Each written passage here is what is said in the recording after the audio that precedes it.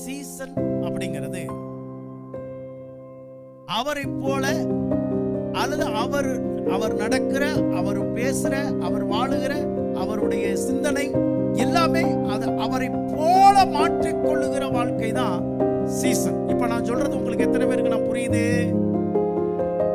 இப்ப நான் பேசுறது புரியுதுங்களா? சீசன் அப்படிங்கிற வார்த்தைக்கும் விசுவாசிங்கிற வார்த்தைக்கும் புரியுதா புரியலையா? இப்போ நம்மளை எல்லா ஆண்டவர் அழைத்து வந்திருக்கிறார் அப்படின்னா எதுக்கு அழைத்து வந்திருக்கிறார்? எதுக்கு நம்மை தெரிந்து கொண்டார்? எதற்கு முன் குறித்தார் அப்படின்னா அவரை போல மாறுகிறதற்காகத்தான் தேவன் நம்மை அழைத்திருக்கிறார்.